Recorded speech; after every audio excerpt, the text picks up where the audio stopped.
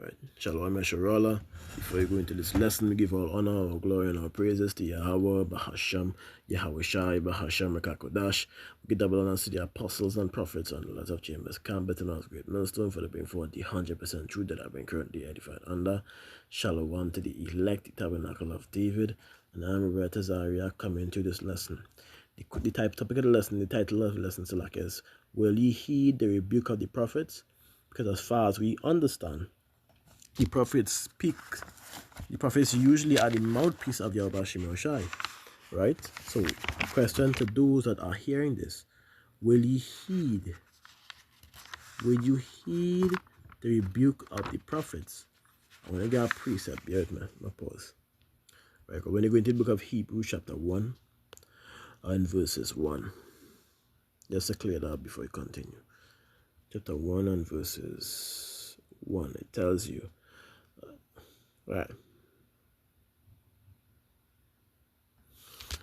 It says, Power, who at sundry times and divers manners spake in time past unto the fathers by the prophets. See? So we see where the Yahweh Shemar has been speaking, has been speaking through his prophets to what? Against, to the children of Israel, either warning them or speaking against them according to the scriptures. So with that further ado, let's continue, because we just wanted to clear that up before we continue, right? Let's go into the book of Exodus, chapter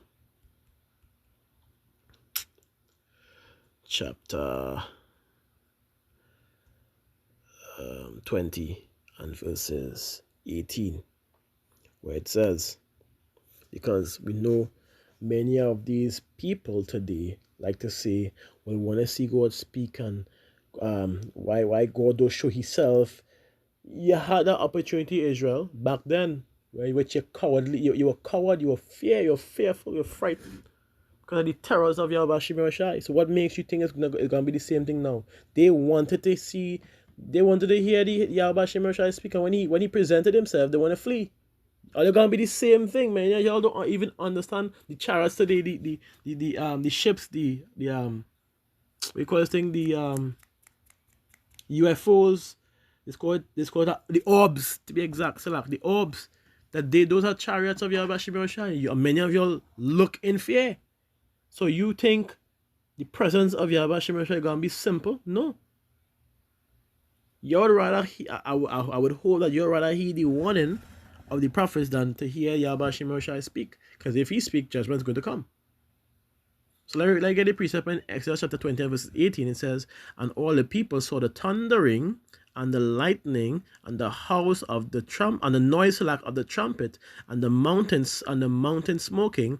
And when the people saw it, they removed and stood afar off. And they said unto Moses, speak thou with us, and we will hear, but let not power speak with us, lest we die. What did they say? You know what? I don't want to hear I don't want to hear Yahweh speak, because I don't want to die. I rather we hear it from you, Moses. You deliver us in this understanding we, and we will follow. You see? Because they knew that terror, that power, is all to be scripture says that faithful thing to fall into the hands of living power, you know. And if Yahweh had speak after their disobedience from before, what if it would have happened? Game over. Let's continue. It says, and Moses said unto the people, fear not, for power is come to prove you that his fear may be before your faces, that ye sin not. That's the point. So you can be afraid that you would not sin against him, you would not disobey his will, his words and his ways. And the people stood afar off, and Moses drew near unto the thick darkness where power was. So, and Yahweh said unto Moses, thus shalt thou say unto the children of Israel, ye have seen that I have talked with you from heaven. So, and it goes on to say, and ye shall not make with me gods of silver, neither shall ye make unto you gods of gods of gold, gods of silver and gods of gold. Going back into Exodus chapter 20 and verses 3 and 4, the first commandment. Shall have no other gods before thee, nor make any graven images or likeness of any images on the earth, on the heavens, and the water beneath, roughly paraphrasing. But going back into the topic, this is why we were appointed to be prophets.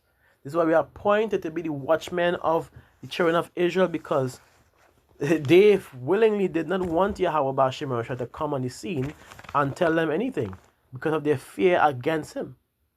You're seeing that mighty power radiating before his presence. They couldn't even take that. They couldn't even stand that. Much less today. If you think if Yahweh Bashim Rosha had to come down here, what do you think would happen? All the enemies that are bearing witness to that, you think they would be the same way they are against our people today? No. But let's go into Ezekiel chapter 3 and verse 17. It says, Son of man, I have made thee a watchman unto the house of Israel. Therefore, hear the word at my mouth, and give them warning from me. So you see, he's the one giving the warning. Another precept yet again, Luke chapter 1 and verse 70. As the scripture says, as he spoke by the mouth of his holy prophets, which he had from since the world began. So, and to be exact, who he is giving, who is the prophets giving warning from? From Yahweh Bashim Roshai. Yahweh Bashim Roshai is that danger. He is that danger. So the prophets are appointed to warn our people before that danger comes. That danger is Yahweh. Especially because of their disobedience, their judgment will come, and he's going to cast the judgments against them. Going back into verse 18, it says, When I say unto the wicked, which is the wicked of our people, that thou shalt surely die, and thou givest him not warning, nor speakest to warn the wicked from his wicked ways, to save his life, and the same wicked man shall die in his iniquity, but his blood will I require at thine hand. Yet if thou warn the wicked, and he turn not from his wickedness, nor from his wicked ways, he shall die in his iniquity, but thou hast delivered thy soul. This is why we go out on the highways and the byways and preach this truth, warning the wicked of our people as to what's going to happen if you stay in the way that you choose to live. Come out of Babylon, come out of her ways, come out of idolatry, come out of abominable actions, come out of eating unclean meats, come out of homosexuality. But they can't hear it. They can't receive it, because it's only for the elect. As scripture says, the rest were hardened. Let me get a precept. Let me get in the Blessed Bible, NLT. He hardened their minds. He hardened their hearts. As scripture says, so this is the Romans 11 and 7. What then? Israel had not obtained that which he seeketh for, but the election have obtained it, but the rest were blinded. NLT. So this is the situation. Most of the people of Israel have not found favor of power. They are looking for so earnestly. A few have, the ones power has chosen, but the hearts of the rest were hardened. He's the one who hardened their hearts at the end of the day. And like I said, I would at this point, as the Archims and them said as well, we would rather be a doorkeeper than to dwell in the tents of wickedness. Because that wickedness, as you see here, going to get your judgment. I'd rather be a part of the elect, a part of the remnant, than be a part of the wicked if it's Yahweh Bashim Shai's choice. But I pray that at least I'm on the right side and I am on the wrong side. Because being on the wrong side, it means judgment on mass. And I don't want no judgment. As scripture tells you, it says for Psalm chapter 84 verses 10, for a day in his court is better than 1,000. I had rather be a doorkeeper in the house of my power than to dwell in the tents of wickedness. NLT. A single day in your court is better than 1,000 anywhere else. I would rather be a gatekeeper in the house of my power than live a good life in the homes of the wicked. You see that? Because as they know and as we know, that's judgment. That is game over.